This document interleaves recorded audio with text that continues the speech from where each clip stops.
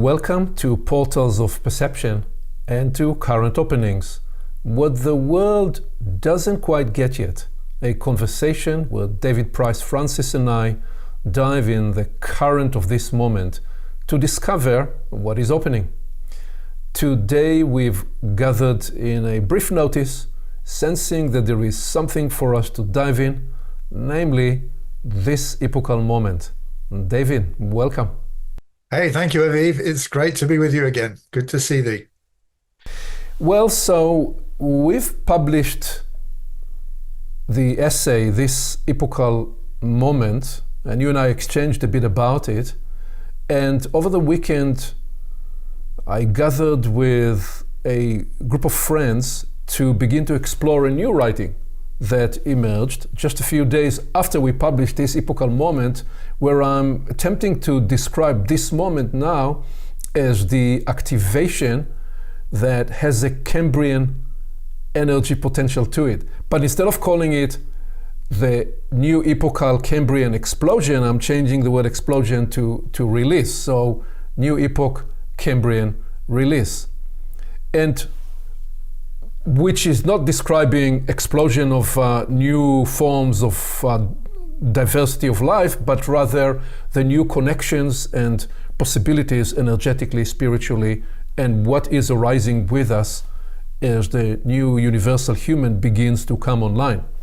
So I've had the intuition that it will be instructive and helpful to get your help, David, in answering some of the basic questions, such as, well, to start with, what is an epoch? And what I want to do is run through some of those questions and offer quite precise language, and then invite you to build on that, the energetic dimension of whatever it is we're trying to describe. And then it occurred to me that we actually need to do another bridging before we even go to that first question of what is an epoch, which is to help us bridge into an energetic or energy perspective of our world. I will ask it this way, which is that we see that we live in a biophysical world, and the modern orientation would often guide us to believe that that's all there is, a biophysical reality. And we assert that there is much more than the biophysical, that there is an energetic dimension behind, in between, inside, and all over the place. So that a rose, flower, an oak tree, a cat, a horse, a tiger, a human, planet Earth, the sun, they carry a biophysical actuality and an energetic dimension. So my question, I know it's a tall order, but I'd like you in a rather swift way to describe, number one, how is it that everything is imbued and infused by an energetic dimension? Number two, that this energy world actually has gradients and levels of refinement. And number three, that when we talk about spiritual dimension, or when we bring astral dimensions, we're actually describing some of the more rarefied dimensions of the energetic world, realms that are currently outside the current exterior scientific tools to measure those dimensions, but not outside our human sensitivity to attune to these realms. So if you were to guide and help offer us a bridging to that, it will be easier to embark on the rest of our adventure. How about that as an opening invitation? Okay, well, let's give it a go, as they say.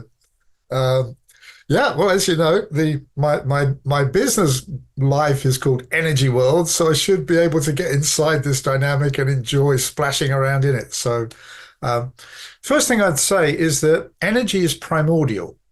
So everything we see in the realms of matter is condensed from the realms of energy. And this is a fundamental understanding. It's not even scientifically contested anymore. The whole dynamic of E equals MC squared, and looking at dark matter and looking at quantum, and everything is predicated now on the fact that the universe is a primarily energetic being. And then inside of that, there's energy moving at different speeds. And when the speed is slowed down enough, it starts to become and condense into what we call matter. Now, as humans, we're used to living in the material world, but we are in ourselves both material. So I can hit my hand here and it makes a noise, and it's definitely what we call matter. But matter is slowed down energy. So I have a physical being, which is, it's a bioorganism, but it's a bioelectric organism. Or to say it more accurately, it would actually be electromagnetic and then bio, because the energy came first.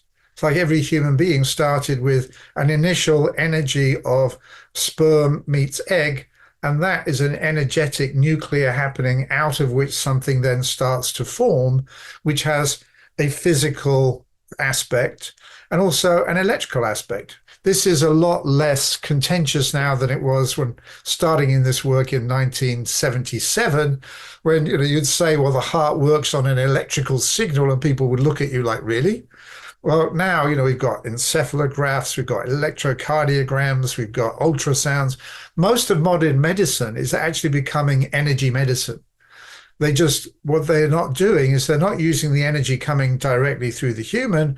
They're using energy that they plug a machine into the wall, and then they bring electricity from there. So fundamental question. Humanity is mostly diagnostic through energy rather than actually healing or curing or assisting the uplift of the human energy system. Yes, that is true. And the alternative therapies are exploring more the idea of healing with sound and healing with light. So the idea of healing with light and sound is definitely growing. So there is that application. But even there, it's often using some form of artificial media. Even with acupuncture these days, sometimes they're plugging the needles into a current from the wall, and they're sending energy through the needles. But it's energy that's being brought out from the planet. And I think this is a very important understanding about what is electricity, which is that when a turbine is being spun, electricity is not being created. It's being sucked in. It's being drawn in from the planet. It's a universal property that then the hydro company pull in from the planet, send down wires, and charge you for. But it's actually a universal property, and it's declented. This gets to the second part of your question about different levels of energy. There's energy that we receive, let's say, from sunlight, and we now know how sunlight then converts in our body into vitamin D, putting a name to it and saying it converts into a physical property that we need for life. And that's a natural higher frequency energy process, and our system is running on that energy, converting it and working it through our system. And then it turns up with something even chemical, biochemical, that can be named, but it's coming from an energy source, because we don't have a physical item coming from the sun, but we do have light, and light is energy, and there is a little bit of matter.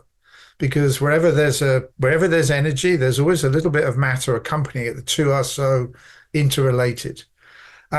So when it comes to these different declensions, a lower form of energy, you'll find this I don't recommend it, but if you attach your fingers, like I did when I was 6, to a plug, and you stick it into the socket in the wall, you receive an electrical energy, and it's like, ouch, that's painful. Not to do that again. You learn when you're 6. So that kind of energy is declented from the universe, and it's good for running machines, but it's not good for running humans.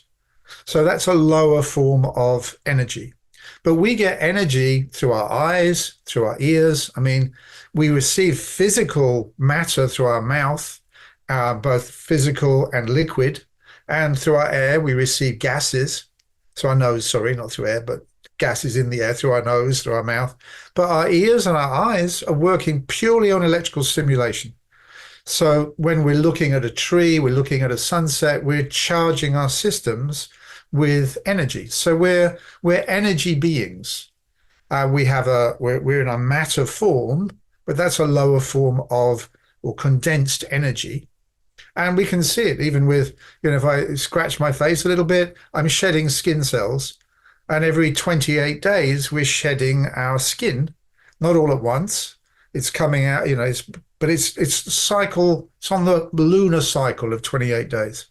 So we have part of us that's more tuned into the moon, part of us more tuned into the planet, like eating our food, enjoying the planetary spectrum through our eyes, the spectrum of sound through our ears, and taking in physical food. We're engaging with the planet's energies, and we're engaging with the energies of the sun.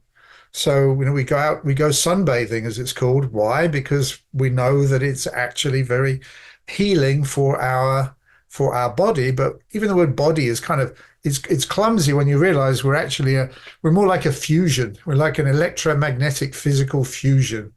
And then as such, a big part of spiritual work, or so-called spiritual development, is really raising the level of our electromagnetic process.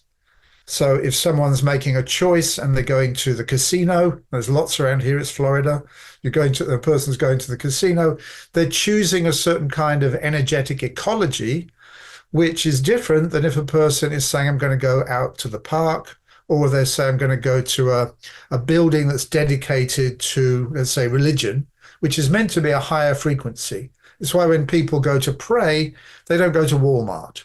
They go to a church, or they go to a synagogue, or they go to a mosque, or they go to a place dedicated to that. Instinctively, they know that place is dedicated to a higher level energy frequency than if they're going shopping. So we know about this. We instinctively work with this, and yet it's not calibrated in the same way that the material worlds are calibrated. We have a periodic table for the physical elements. We don't have a periodic table currently for different kinds of electromagnetic processes and what they cause in our bioelectric system. But we could. That's something that could be developed over time. So you are establishing three premises. The first premise, which we actually addressed earlier on several current openings, is the universe is energy, and the currency of the universe is energy. That's premise one. Premise two, you establish everything every biophysical system that we see, especially of a living being, is condensed energy. And if it's a living entity, its process involves energy. And if it has a capacity to update or change, in the sense that it is a conscious entity, a human being, it can process thoughts and feelings and ideas that represent different energetic quality. Anything else you'd say on this third premise, which you established that there are different levels, whether you go to a casino or to a church or to nature, you're also suggesting there that the kind of mindset, the kind of ideas, the kind of belief system we hold, that those represent a certain energetic range or energetic frequency. What else would you say to ground that if somebody is hearing this idea for the first time? I would take what we're doing right now as a good example, which is we're at distance from each other geographically, and we are exchanging energies. And with that is an accompanied a little bit of matter. When we say, oh, it matters to me, we're literally meaning that it matters.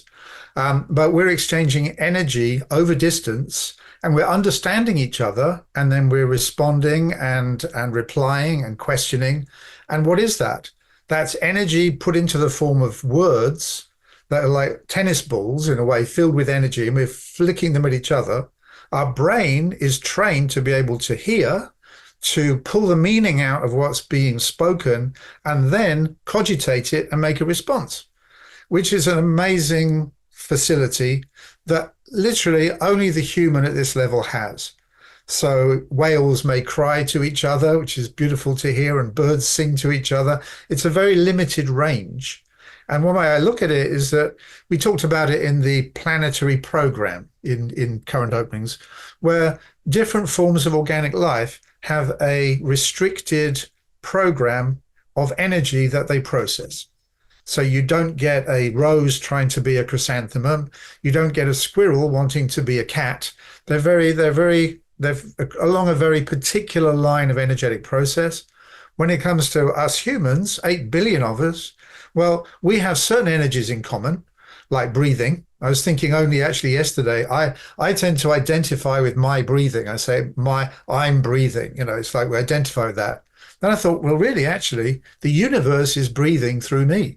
That's all the reality of what's happening, because it's the universe that put the instruction into the system. I didn't decide to breathe. It was an automatic starter that came with the moment of birth. And that is the case. The universe wants us breathing. And there's a process in that of inhale, exhale, energy coming in, energy being released. So as humans, I see us to be more responders. I know we'll get to this, but with the idea that we can only respond to the energies that are available to us at any particular time. It's like saying to someone, show me a color that doesn't exist. They can't do it because it doesn't exist in the universe. So it's like, work with an energy that isn't available yet. Well, good luck with that, because you can only work with the energies the universe makes available at any time.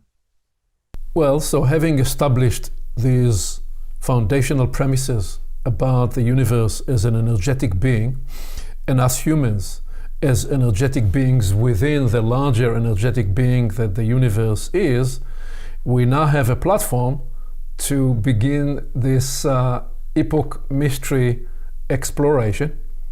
And I would like to now simply lead us through several inquiries and pause at any point and ask you to elucidate and build on anything that I'm inviting as a way to build the energetic dimension. How is that?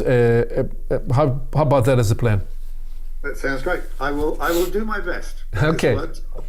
So yeah, current openings number 20, apart from several events we conducted through the journey, the Epoch mystery. Well, we begin with a question of what is an epoch? And a simple way and one of the reasons I wanted to do this is because we've now talked on portals on at least a dozen different conversations extensively about the epoch and the different aspects of the epoch. The intent now is to ground some foundational views. So what is an epoch?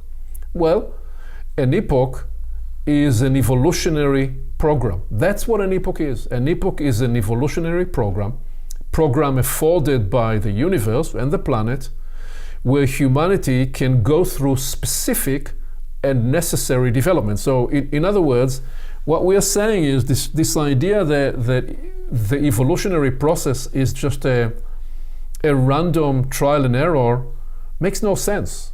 It's too brilliantly constructed. And there is clearly an ascending refinement and complexifying vector of life, wanting to support higher levels, higher capacities, higher sophistication, higher consciousness. And along that process, we asserted on an earlier current opening this idea that the universe loves economy. So if the universe made an investment in something like a human being, it wants that human to ultimately lead in the direction of a development that will make a return on the investment. And so therefore we are proposing that what an epoch is a process through which the non-robotic conscious dimensions of the universe, that's us humans, get to interface with the robotic unconscious cycles, such as the planetary system, such as, when I'm not saying there is no consciousness in the being in the universe, but there is a robotic dimension to life in the universe that is unconscious. And the process that we're describing as an epoch is one that enables those dimensions to interface and enables humanity to evolve its creative, its spiritual, its energetic capacities within allotted permission. So permission is a very central idea to saying that an epoch is an evolutionary program, and I'll simply add here this sense that the long wave 3,500 years epoch that we are now ending, which is described as the gold epoch, which in a little bit we will ask you to elucidate about, that has been an initiation journey in preparation for universal life. So when we said it's an evolutionary program to enable humanity to go through a specific development, well, what is the specific development? This one is an initiatory journey. This epoch that's ending now, that's culminating, has been an epoch in which we were tasked with a specific development of being initiated for universal life, and we'll talk a little more about it. But let me pause here and give you a chance to build some of the energetic dimension of that, please. That's beautiful. All right. Well, I'd start by looking at that word permissions. I made a note here, epoch, energetic permission, very much, and then you put it on the board there. So we're very much in alignment with that. So there's different energies that come through the universe in different timings. So it's like, I do think in that sense, creation, as you say, has a robotic timing in which the timing is preset. And then there's a release of permission. Now, I work a lot, as you know, with language, and I very much hold with the view of the English language that it has codings built into an energy potency built in with every single letter. I call that the alphabet code. You look at that word permission and you change the letters around, it shows you a word that it is a family member of, and that word is impression. So we get impressions that literally give us permissions. And even when we look at the idea of permission, it's a mission through something. It's a permission. And so we have impressions and we respond to those impressions. It's even thought, let's say back in the days of Homer, the human could not see the range of colors that we can see today. Scientists have been putting forward this view that our ability to see different colors has actually evolved over time. Well, that would say that our permission to perceive, our portal of permission, has actually increased. And we didn't do it. And I think that's really important. Just like earlier I said, I may like to think I'm breathing, but really it's the universe and the processes of the universe breathing through me. So a different epoch, an epoch is a permission band. So we go through, as you said there, a 3,500 year band. And what does that even mean? Well, that's 3,500 cycles of the planet around the sun, as the sun is journeying through the universe and moving into new bands of permission. Right now, this very moment, our planet is not in the same place in space that it was yesterday. It's moving forward. Talk about the Starship Enterprise. We're on it, and we're moving at 1,000 miles an hour through something called space, but which we now know is not actually space, because space is filled with energy. So we're moving through different energetic bands and cycles, and that brings with it new permissions. So when an epoch, as you say, culminates, it would talk about the ending of one permission and the moving into a new permission caused by the new band of energy that we're now moving into. Not that I've chosen or you've chosen, but that the planet is moving into a new band of permission, which will affect all human life on Earth. So you're really grounding the idea of permission in something very concrete. You're saying when you bring a new refrigerator in the house and you put it in the socket and you connect it to the power, now it has permission to run. And you're saying that's a very crude example of something that occurs at a much subtler and more refined dimension, where we humans, this machinery, the human system runs on energy, and as the planet is washing around the solar system and washing around the galaxy, washing through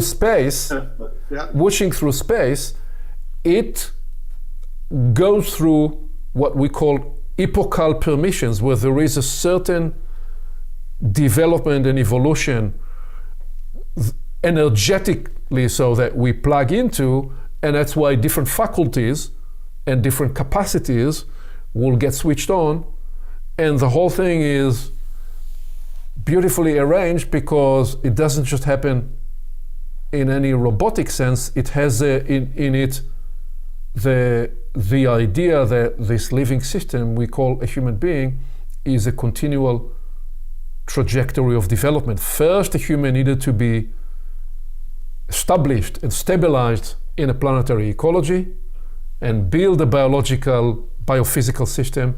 And then when that system is alive and stabilized, it can begin to evolve its capacity to handle finer and subtler and higher, if you like, capacity energy. Which brings me to offer that that's the high level view of the epoch.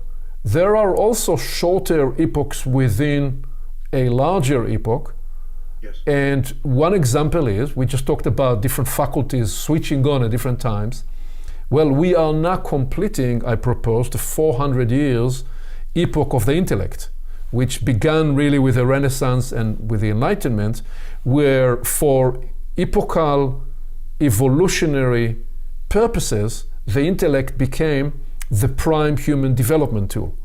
Okay, if you go back to the axial transition, or if you look at the medieval time, the intellect was not as active as it was when it began to switch on in the 11th, 12th century, when universities, very interesting word, universities started to come online, the idea of human being prepared, being initiated to universal life. And some of the key developments, evolutionary developments that needed to happen was to facilitate an individuation process. We needed to unlock not just tribal consciousness, but individuated consciousness, and then develop a capacity to perceive and get a perspective from different point of views. So developing multi-perspectival capacities, which is to look at an issue from several point of views, that required intellect, the development of the intellect, the intellectual development.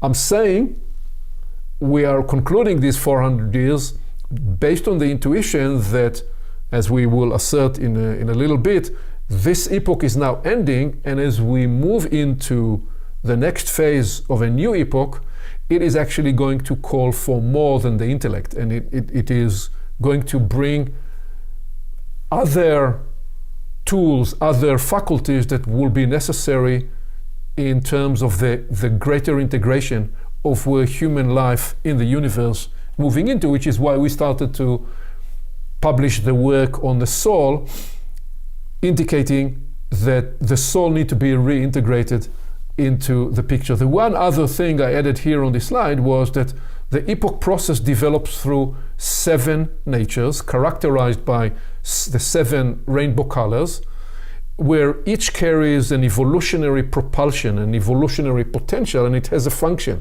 And in a minute I'll go through the 7, but let me pause here and see what energetically would you build on these ideas. I would reinvigorate the idea that an epoch is a band of energetic permission.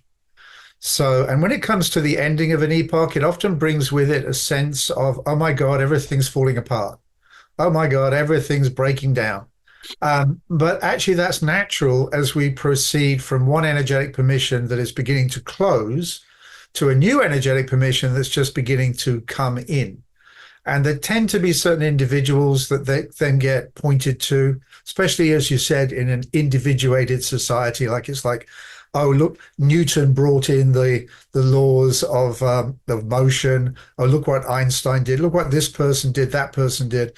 They tend to be the individuals who are associated with being current in that new current band of permission. So the human race tends to have scouts in a way who are kind of, they've got their system into the new band, whilst a lot of the human race are still in the old band. And that's tended to be the case over many changes of epoch. And what becomes, or what's seen to be something new, after a little while starts to become the established, the established conformity within the band of permission. So it's a very interesting idea that we're ending one band of permission with its accompanying impressions at the moment, and a new band is coming in. But as they say about the tide, I think of these like tides.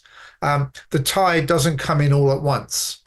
You know, if you're going from daytime to nighttime, there's usually like, you know, a good 15, 20 minute in between time. I call it being on the cusp. So I think of ourselves at this particular time that we're living on the cusp. We're in between two epochs. It doesn't just go on Monday, you're in one epoch, and Tuesday, you're in the new one. There's an in-between period, just like, is the tide coming in? Is the tide going out? Not quite sure, but it seems to be just holding at the moment. And then we go, oh, look how fast it's going out. And that's how it is, I believe, with epochs. The new electrical permission holds, or the old one rather holds, and then there comes a point where it really starts breaking down fast. And the new one starts to appear much more dramatically. And that's a natural process. Though it can seem quite distressing to people living at that time if they're attached to the old epoch. Part of the way forward is to start to get into the frequency of the new epoch, whilst that's possible. So yeah. So in several ways you already setting in motion what we will cover in the next few elements here. I do want us to quickly establish the sevenfold fractal of natural development. There is a lot more about this in various Universalis conversations and conversations with Jeff van der Kloot, where we cover the work with the Epoch journey. What we are describing here in this idea of a natural development, that every being on the planet will go through these sevenfold, processes on a daily basis, on a weekly basis, on an annual basis, whether it's the individual person, whether it's a system, whether it's an organization. And this is also the epochal story in terms of the epoch going through those, if you like, phases, and yet that within every phase there is the fractal of all seven. So you could choose to focus on the rise and fall of the Roman Empire, which may represent particularly the nature of orange in how it expanded, and at the same time the Roman Empire itself went through all the seven dimensions of this natural development system. So here is how I codify it very swiftly by saying red represents an originating impulse, one that is catalyzing a new arising. Okay, if it's a life, it's the birth of that life. It says if it's a civilization, it's the birthing of that civilization. Same about the epoch. There is an originating impulse that brings a new epoch, and that is represented with the idea of red. Orange represents the expansion of that initial issuance and the nourishing and the support that enable that nascent arising to expand, to discover more of its body, more of itself, more of what it is about. And once any system expands, it needs to receive its yellow reorchestration and alignment so that there is some kind of a new higher principle it can connect to guide its development and evolution, at which point it needs to get its green energy to regenerate, to renew, to discover those energizing opportunities and expressions, after which you'd often need to see the blue, which is the balancing, the coordination, the collaboration, the systemization that offer regulations. And this became a very important element when we framed the writing, this epochal moment, where we actually describe the formation of the modern blue operating system, which is the crowning achievement of the modern world of the last 4 centuries, which we are describing is now crumbling, and you already premised why it's crumbling, because an energy permission ends, and so because of that, what used to work no longer works, and that often happens, that transition often happens through the indigo and violet phases, where the indigo crucible is where there is a merging and integration and transference of all that has happened before, and it catalyzes the transition to violet and the capacity to unlock a phase shift transition that brings either death, transformation, and rebirth. Anything you'd offer to those sevenfold dimensions? That it's notable that even when, well, it's such a lot to be said. I just touch on the individual level for a moment, which is that as these epoch permissions change, the individual human is able to work with its own full spectrum of possibility, but it's within the larger context of the epoch.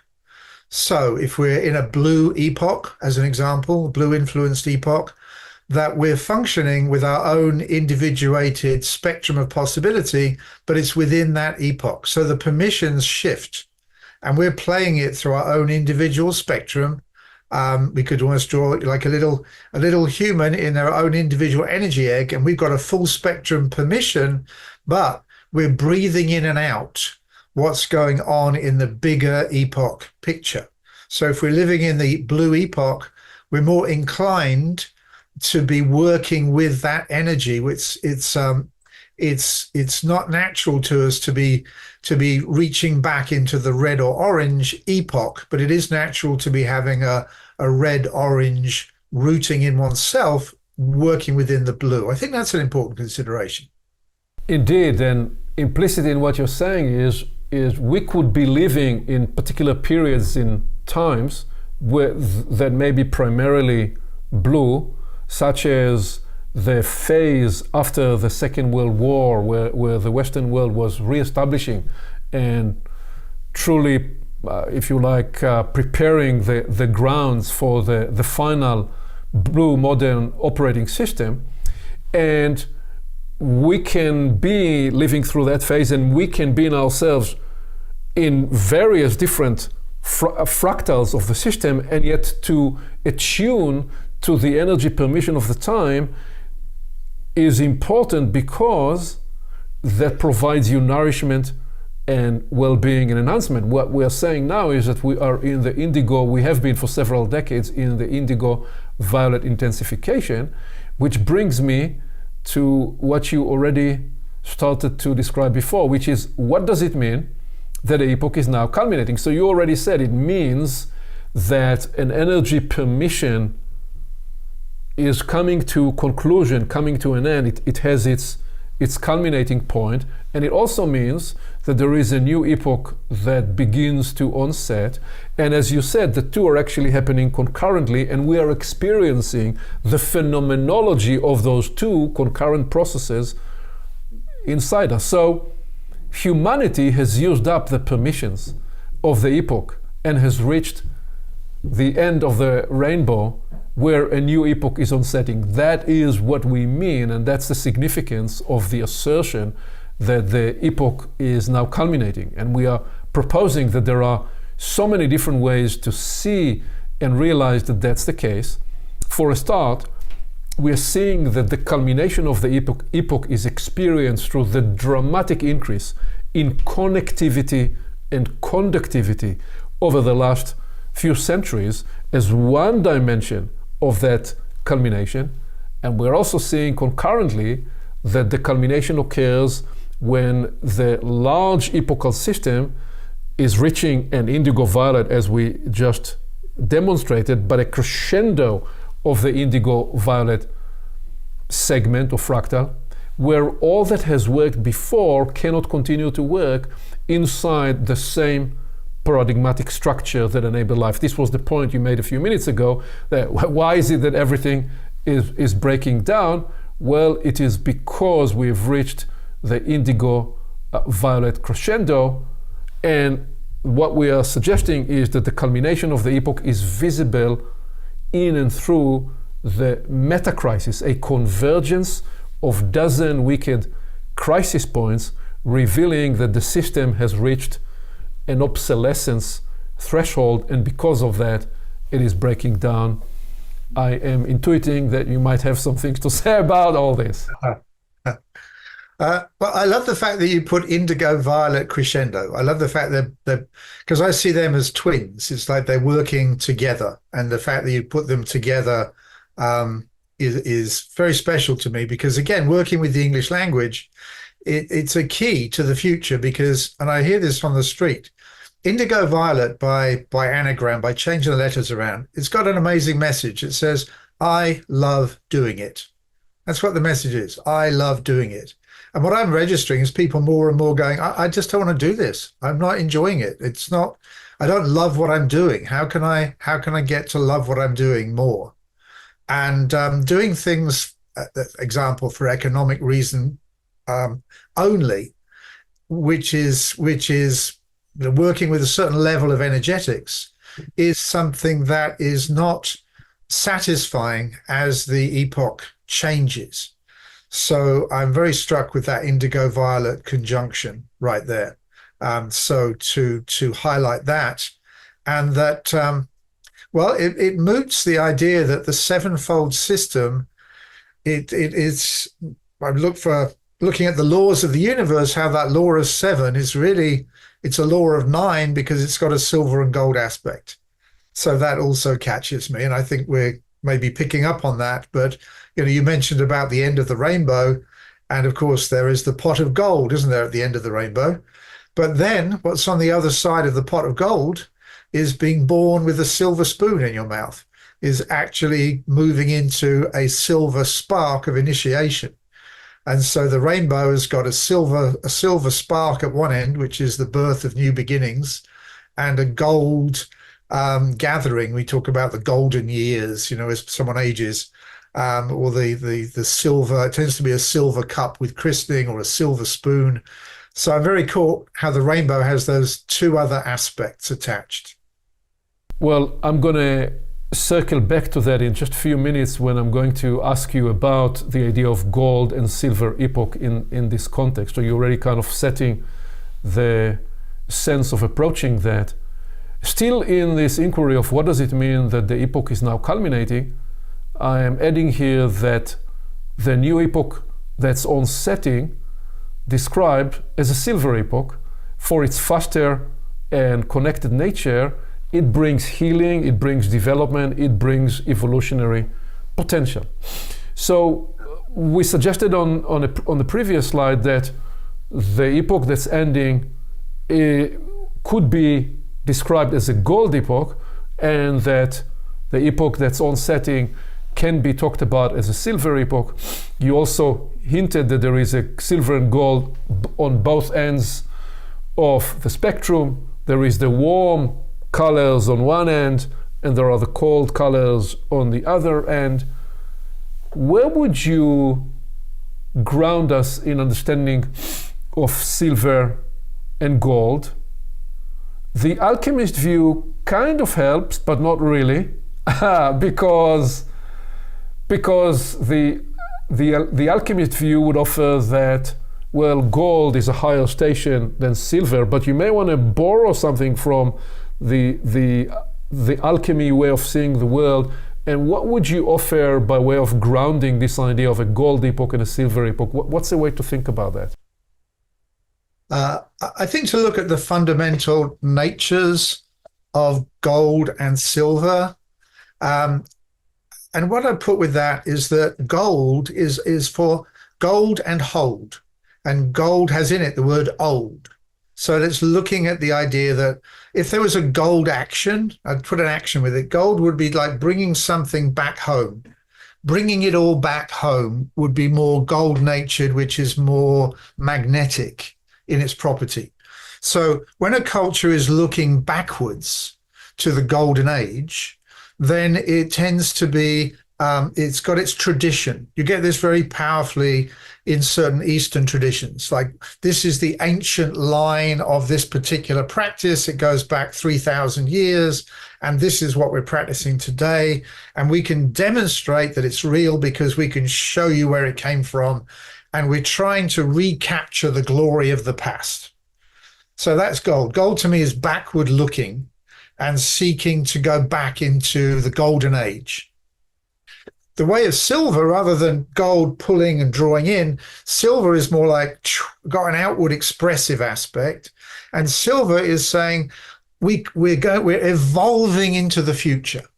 A really good example that was the case was how Americans would view Europe as old, like gold and fixed in its ways, whereas America is like newly arising, and in that sense going to we're going to enterprise our way into the future with evolving new.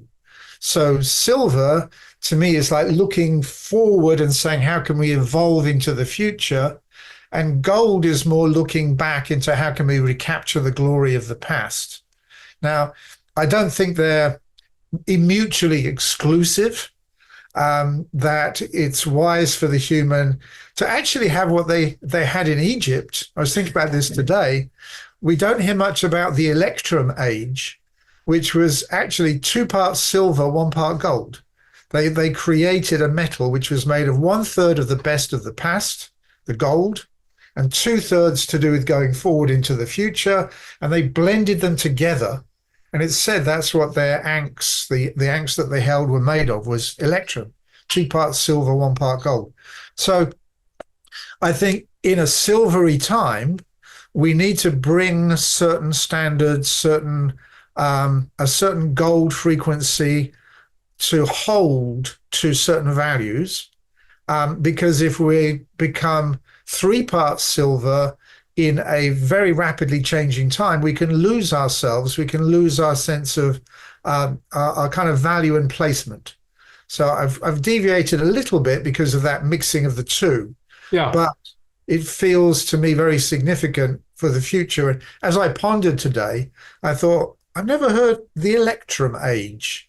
And I thought that's an interesting concept.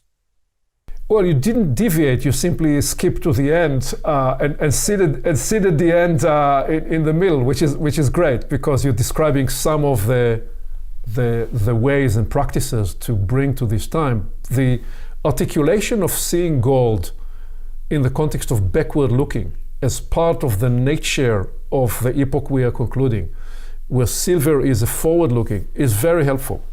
It's very helpful. And it is that I want us to now bring into this, just to double click on some of what we already said. Why do we see so much confusion, chaos, and suffering in the world in the context of this phased transition of one epoch culminating through its indigo-violet transition? Well, I propose that the modern blue operating system, which enabled coordination at all levels and was the crowning achievement of the last several centuries, is breaking down, having reached an obsolescence point. Its high point was this beautiful decade, the last decade of the 20th century, where we thought that a final equilibrium, some thought a final equilibrium was achieved, and Fukuyama announced the end of history, by which he meant liberal democracies governed by a modern blue operating system will enable us to live for the rest of time in that structure. And just to very swiftly cover that, because it's covered with great details in the writing, this epochal moment, it essentially describes an appreciation that humanity evolved to a point where, unlike the way it was in times of monarchy or the feudal society, where economical and political and cultural spaces were concentrated in one place, the understanding was people were now free, were going to be free to evolve their economic aspirations, political aspirations, and cultural aspirations, and they will be supported to do so, especially by this idea of the separation of powers through establishing a legislative branch, an executive branch, and a judicial branch, and that those ways of seeing the world and guaranteeing liberty and freedom for people emerged from the ethics and the morals that were developed through the Enlightenment, that were then very much grounded in the idea of the rule of law, human rights, free speech, and that this entire move was inspired very much by the metaphysics, what we believed, what people believed about the world, and the epistemics, what we knew to be true. And the idea was that this blue operating system was nourished by life. That's the idealized story of what emerged through the Enlightenment. What in actual case began to quickly happen, which we are covering again in great detail in the essay, this epochal moment, is that the entire system got locked for a variety of reasons.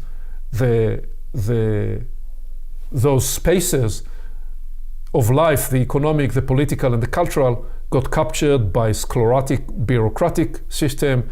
The three branches of government were captured by economic interests, and the idea of supportive ethics and morals to enable all people to reach their aspirations, that too was captured by ideological extremes and by the polarization of the culture wars, ultimately creating a sclerotic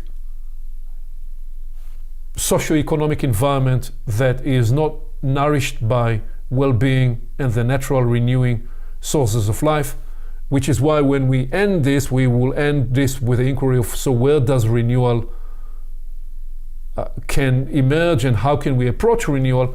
I only showed that in the context of demonstrating the obsolescence point, and I want to just bring that that is the reason and the background why we see so much confusion, chaos, suffering, wars in parts of the world we thought we would never see wars again. Why?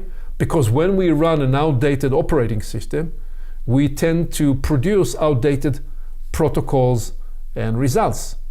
And so the one main reason, first of all, why there is suffering is because we are running an outdated operating system that delivers the wrong kind of protocols and results. And the second, and then I'll bring your comments, the second reason why we see so much suffering is that those outdated structures, not only do they produce problems and pain, they stand in the way of connecting with the natural energies, because where did we begin? We started by saying there are new energy permissions. If we work with old systems, we block the new energy. We don't allow ourselves to actually engage with what you offered earlier by way of, if you're in a blue time, you may want to be a little blue. If you are in a green time, you need to bring green, all while you actually need all seven to work for you. What would you offer by way of building into this some of the energetic awareness? I think to highlight the amazing permission that humans have to be out of time. It might sound strange, but nothing else on the planet has permission to run on signals that are not current. So, whatever you look at in organic life, it's working with, let's say, I'm looking at a tree outside. It's working with solar energy that it's receiving right now. But the human has this amazing permission, primarily at mental level, to be drawing on signals which were current 2,000 years ago, 3,000 years ago, are established in what I call the astral light or the energy worlds of the planet, and they can still be pretending to be Roman as a sort of gladiatorial combat. Now they can be doing mixed martial arts and kind of imitating the gladiators, and they can be doing that 2,000 years out of time. And the universe, I'd say the planetary permission is, as long as those signals are still existing in the energy worlds of the planet, people can pick up on what used to be the case, but somehow they've got this sense of not quite fitting. There's something that's not fitting. And I see this to be profoundly the cause of what's been called the New Age movement and people reaching out in the West to Eastern religion. I mean, and there's a kind of instinct that something's changing. And I mean, in many ways, it's reaching to things that have been practices from 3,000 years ago. That's the gold approach. Let me go back and find something that worked 3,000 years ago and practice that today. So I see that a lot in so-called New Age practices, which really are ancient traditions reviving, being brought from east to west. And then there's actually being in these times, at these times, and that calls for an ability to be open to new thoughts, new feelings. They don't fit in existing structures, and being prepared to be a bit of what feels like an odd person out, but actually it's because you're in tune. Because the world is mostly running on old signals. I think of it like living in a second-hand shop. Mostly the world is running on signals that were established 2,000 years ago, 1,000 years ago, established in previous epochs, which are still around, but they're weaker and they don't have the freshness of new. It's like having canned vegetables rather than vegetables from the garden. Yes, they still exist, but they somehow feel old and they don't actually match the times. But when someone insists on operating on a previous system, they need to use enforcement. They need to find a means of enforcing the rules of an old epoch in the new epoch. And I think part of the glory of these times is that, yes, there's a great deal that's going to be coming apart. One reaction is to say we've got to double down on what used to be the case. Another is to be saying, how then do we go forward? The age of reason has become unreasonable. You're asserting a pretty radical and contrarian point in this, because for many people, they will hear in what you're saying, what are you saying? There is nothing for us to learn from the past, which is not what you're saying, I know. Are you saying there is nothing to find in wisdom traditions? I know that's not what you're saying. What you are saying is that if we engage with the frameworks and the modalities that emerged 3,000 years ago within a particular epochal context, within a particular human faculty that was active at that time, because of the energy permissions of that time, if we do so, we arrest ourselves, or we at least run the risk of arresting ourselves.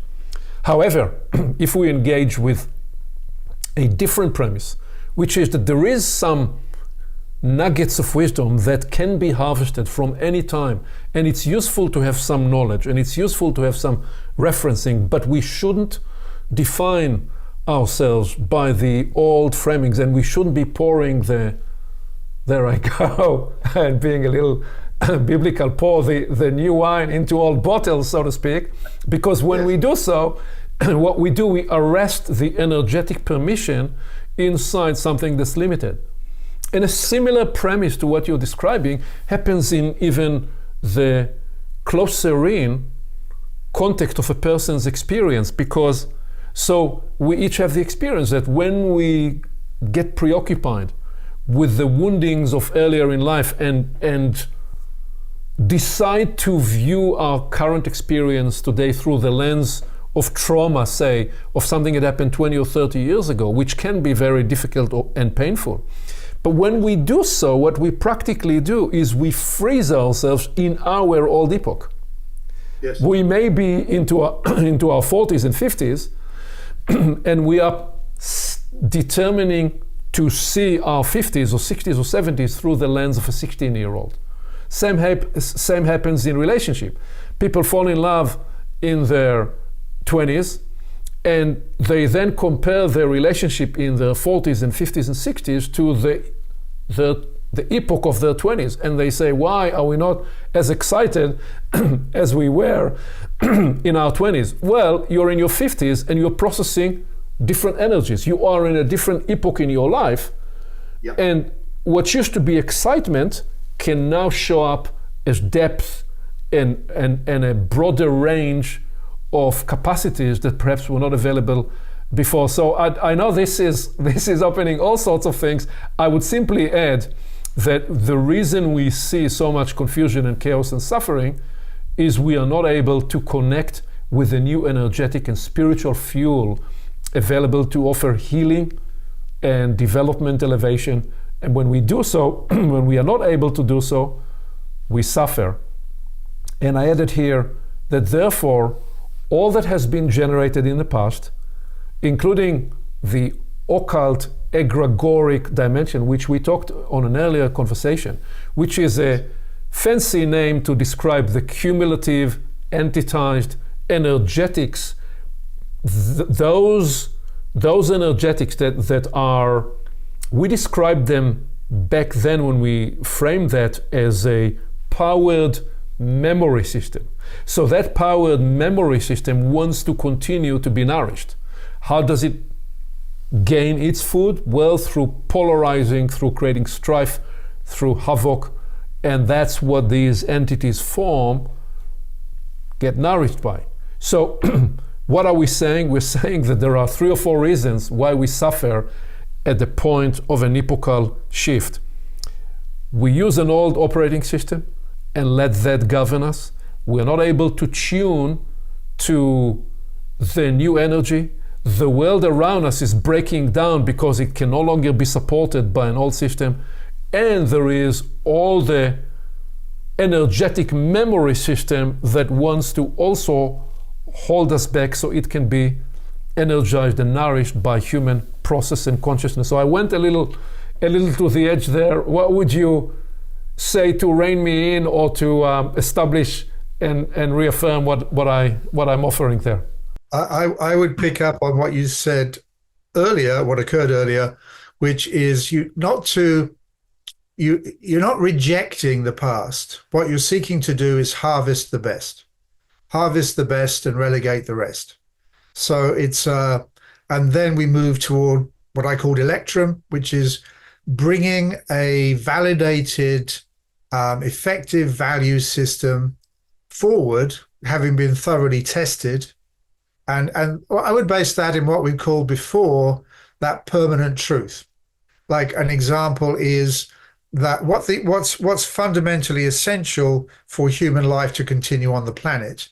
And that would include the dynamic, very simply, of food, water, quality air, and sunlight, just those 4 elements.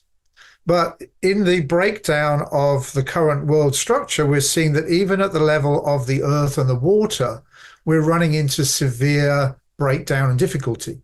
So that would include the very, very basic fundamentals of what are the gold essentials.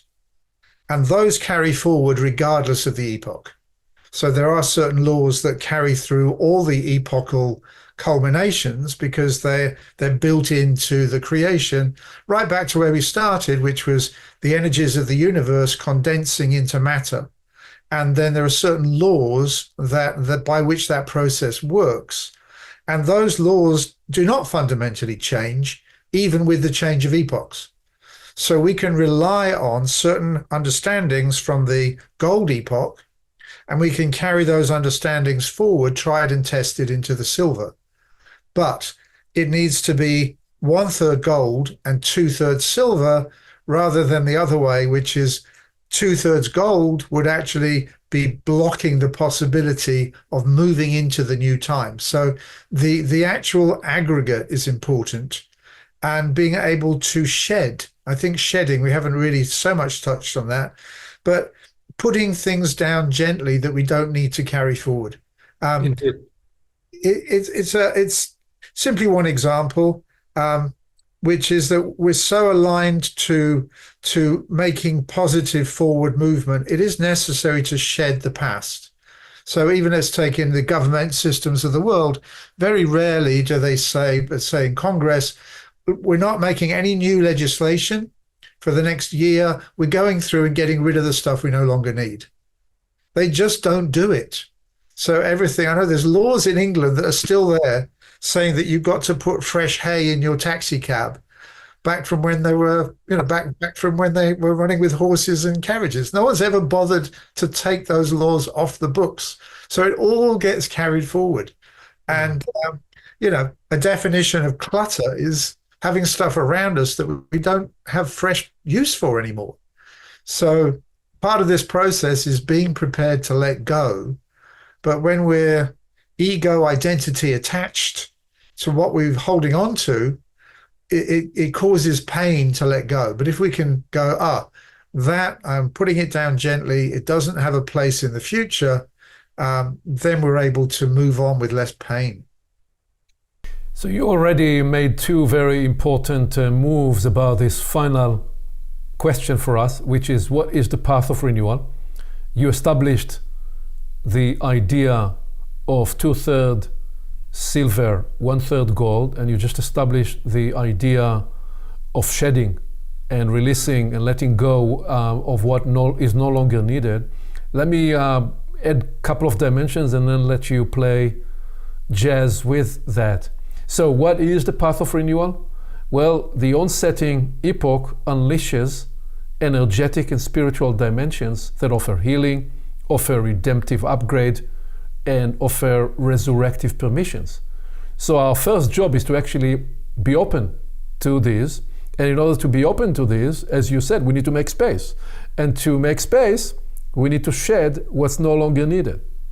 And then let us recognize that each of the sevenfold natures, they each seek, they need their dialectic and cleansing and healing natures, so that there is that as well. We ought to discover what is the new updating red, what are the new reasons that will initiate us into a new endeavor, what is the updated orange and yellow and green and blue. So that is part of the work and the path of renewal.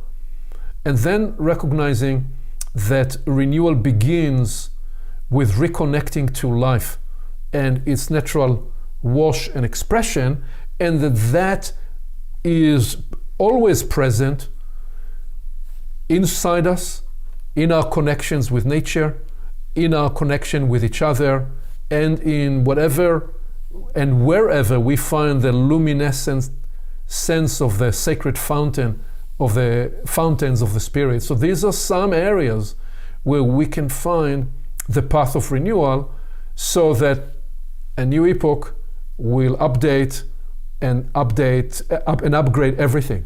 We are to expect new arts, new spiritual connections, all of which unlocking the permissions for new culture, new civilization, new forms of life, and the rise of the Universalis human.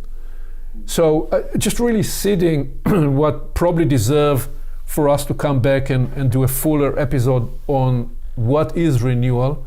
What would you build from an energetic dimension to the sense of renewal?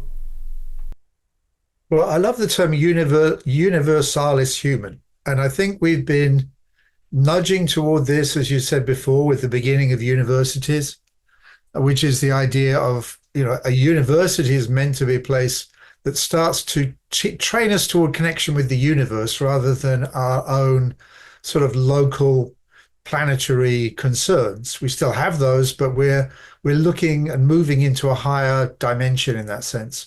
And something I never saw before, because the way I've trained myself is I look at the patternings in words.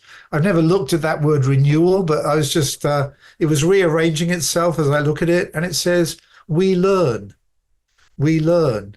So we learn new ways. We learn new possibilities. And how do we learn? We learn by being open. It's like any good teacher, you go into the classroom and any good teacher is going to be wanting the students to pay attention.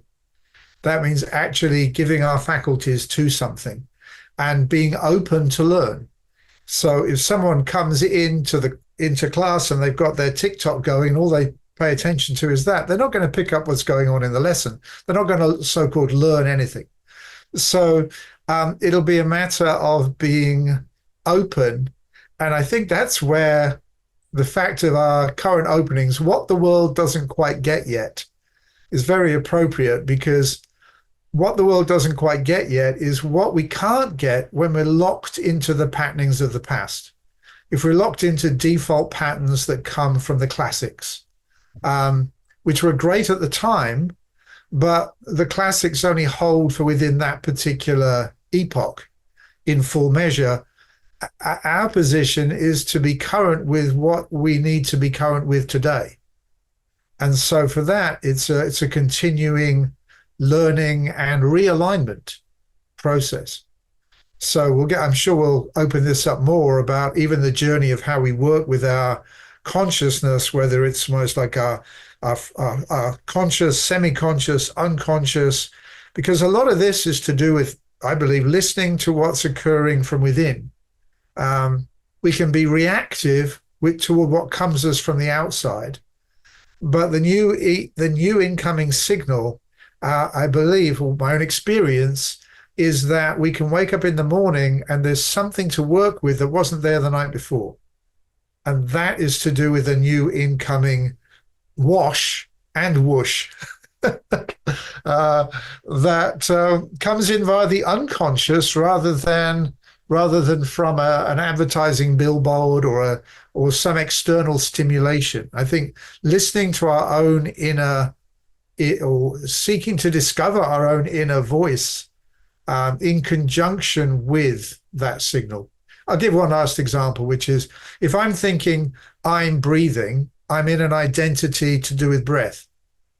But if what's going on is the universe is breathing through me, then it opens up a whole possibility of what is coming with that breath. I'm breathing is very fixed, but the universe is breathing through me. That opens up a great more of a universal possibility with each breath, closer to the Universalis human, I think. Indeed. And this realization that in learning, in we learn, that there is renewal, because what it actually means is that we metabolize new impressions, and those new impressions activate in us new capacities and perceptions, and that in that itself is a profound act of renewal.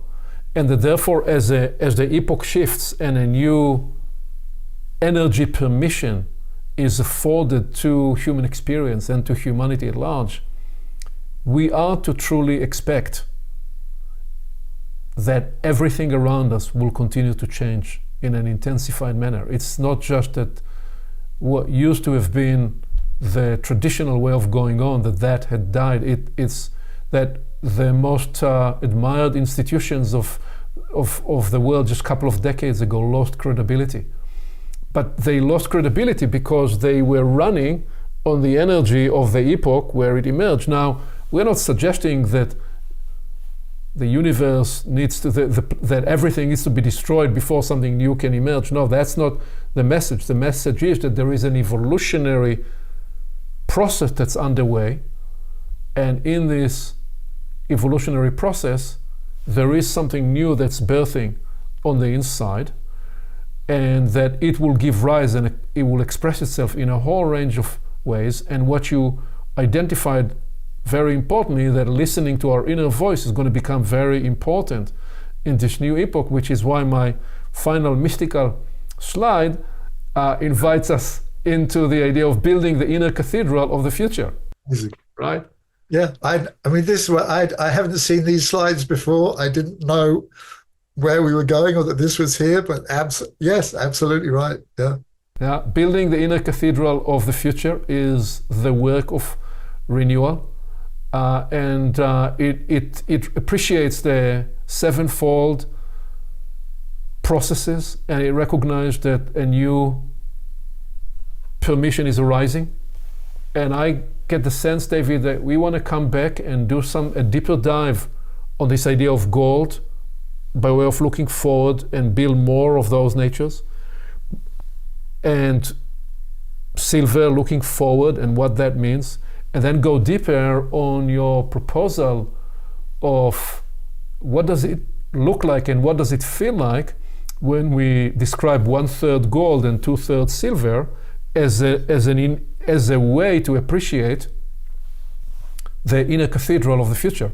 Could it be that the way to build the inner cathedral of the future has the harvesting of the best and the regeneration and the replenishment of the inner lives in such a way that is unlocking and unleashing our capacity to connect to the energies of the epoch that's onsetting?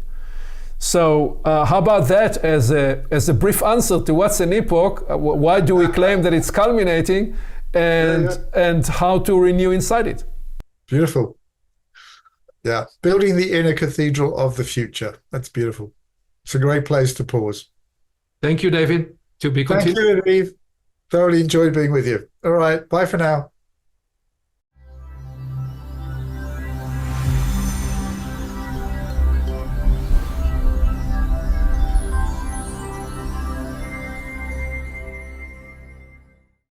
Along with our website at portalsofperception.org, Portals is also available on YouTube and on all podcast platforms, as well as social media. You can become an active member and join the conversation in community events. And you can help us get the word out by liking this content and by sharing it with your friends.